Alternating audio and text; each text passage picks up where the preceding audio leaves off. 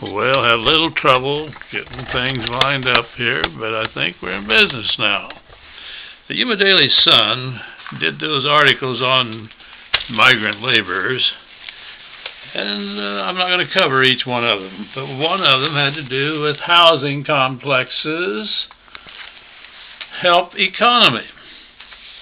Pointed out that some of these big companies that hire lots of field workers have bought up some of the older motels that probably would have been torn down. Instead, they were putting these young fellas in there, or they're not all young, these workers in there, 4 to a room, bunk beds, and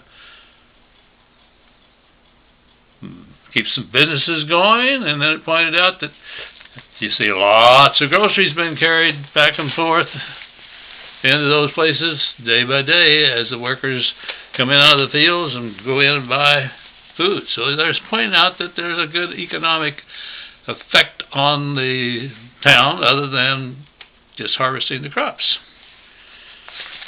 Another one is titled All in a Day's Work, and it shows, the guys and ladies out there working away, harvesting those crops. Well, then it gets down to an article that probably has a sign of the times in it. Says,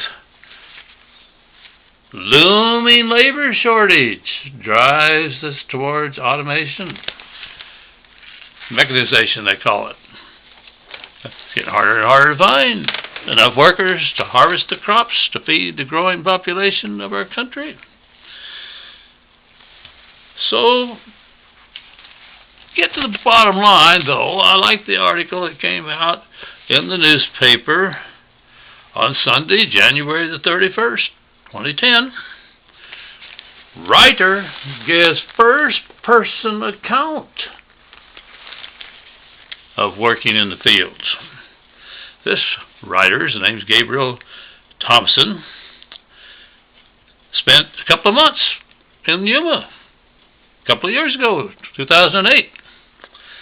And he said it all happened because he wanted to find out and write a book about the jobs that Americans don't want to do. And he says that after spending 2 months laboring in the lettuce fields of Yuma County, he still has flashbacks every time he sees lettuce.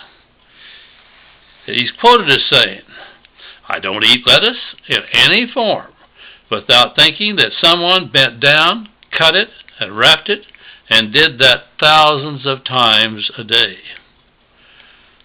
He worked for 2 months in the lettuce fields, and when he first went in and asked for a job, they tried to give him, jobs other than doing the really hard work. And he said, no, I want to do the field work. Of course, he had in mind writing that book. Well, he had some interesting experiences. First of all, the guys weren't too sure about him. They thought maybe he was a spy for management, or maybe even for the immigration. And, if you're going to be there to cause trouble, you're not too welcome. But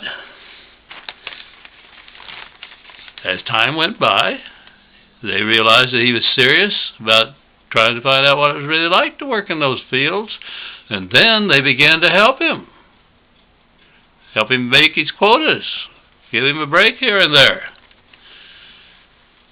Incidentally, he not only worked in the lettuce fields here as part of this learning about what migrants do, he also worked in a hog slaughterhouse in North Carolina, and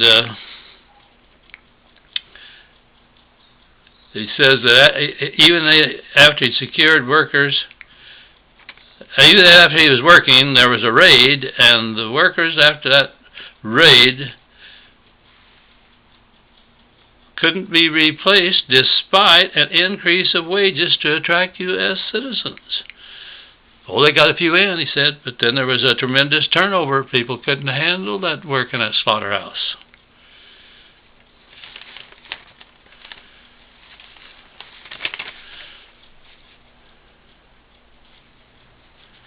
His first stop was at YUMA in a balmy early January day 2008, drawn by the area's title of the winter lettuce capital of the world. He went to work for Dole.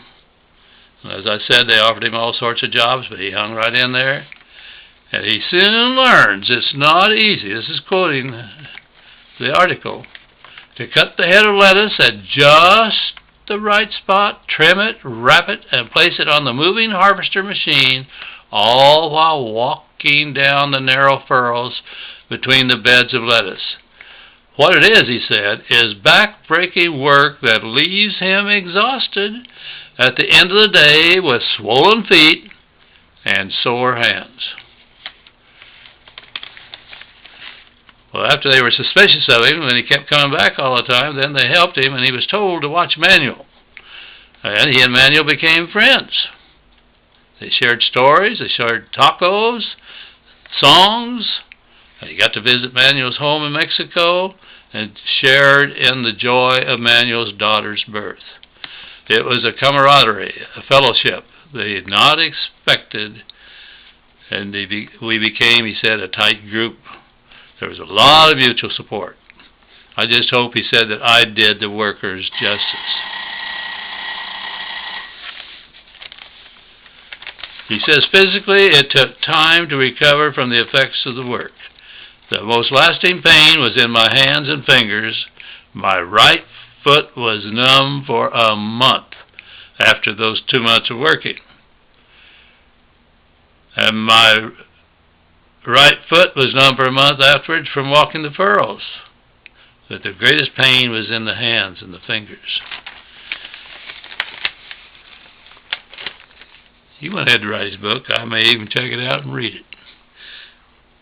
He says, at the end of the article says, and better is his hope.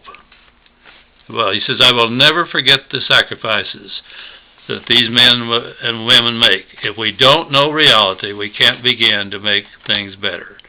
And better is his hope for the lives of those he worked alongside and all the other immigrants who performed the jobs most Americans won't do. I thank the Yuma Daily Sun for running the series. I probably didn't do justice to the series, but in this day and age of electric connections through the internet and so on, probably all of you could bring them up, read them for yourself. I certainly have respect for those workers.